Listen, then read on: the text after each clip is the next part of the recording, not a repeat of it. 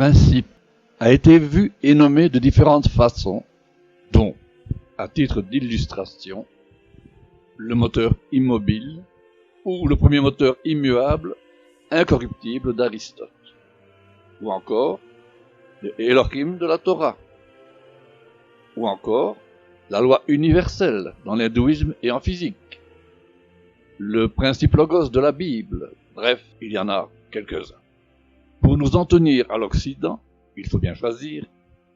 Rappelons-nous le Bereshit de la Torah, en tête, Elohim créait les ciels et la terre selon Shuraki.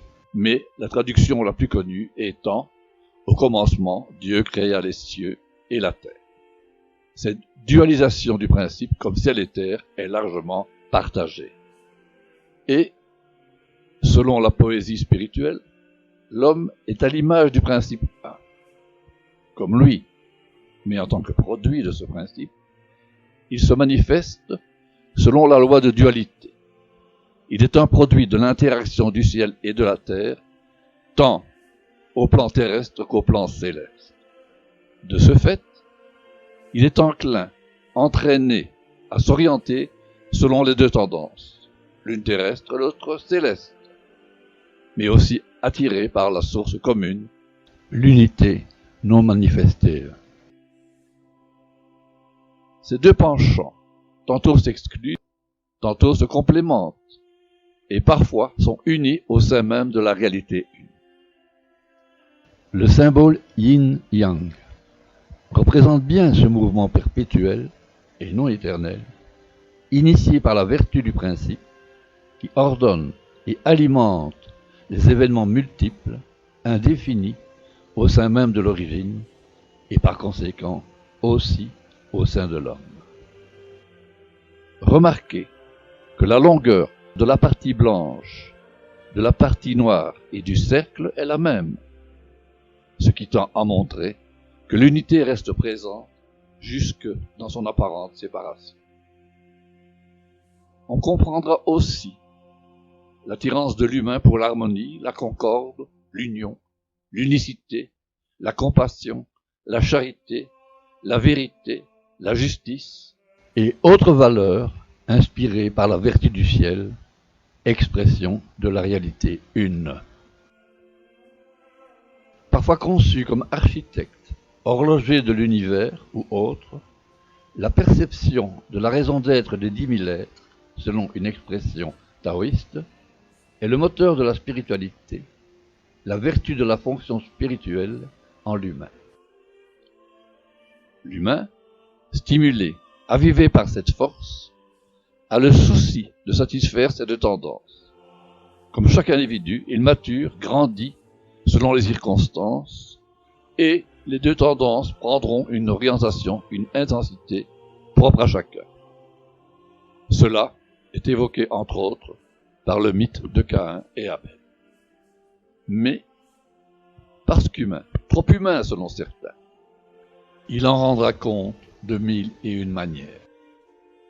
Traverse l'histoire, les expressions retenues comme les meilleures selon les nœuds de l'histoire elle-même et transmises aux générations. C'est le même processus pour toute connaissance. La transmission se fait également selon les moyens, eux aussi liés à l'histoire.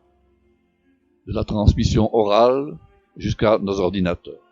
L'humain, en tant que sujet, rend compte de sa relation à l'environnement en s'appuyant sur sa perception, telle qu'il l'expérimente intimement.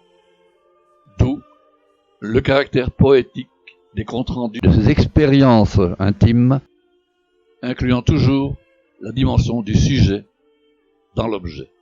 Sujet, vu comme âme, force, des dieux, des anges, des démons, de l'énergie, la conscience, la présence, chacun aura ses références.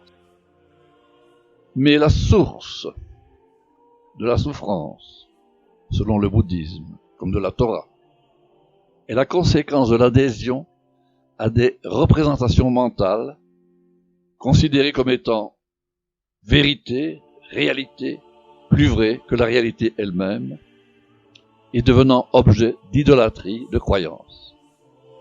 Ce phénomène naturel au mental humain est la conséquence de sa nature terrestre, de son identification à cette nature terrestre.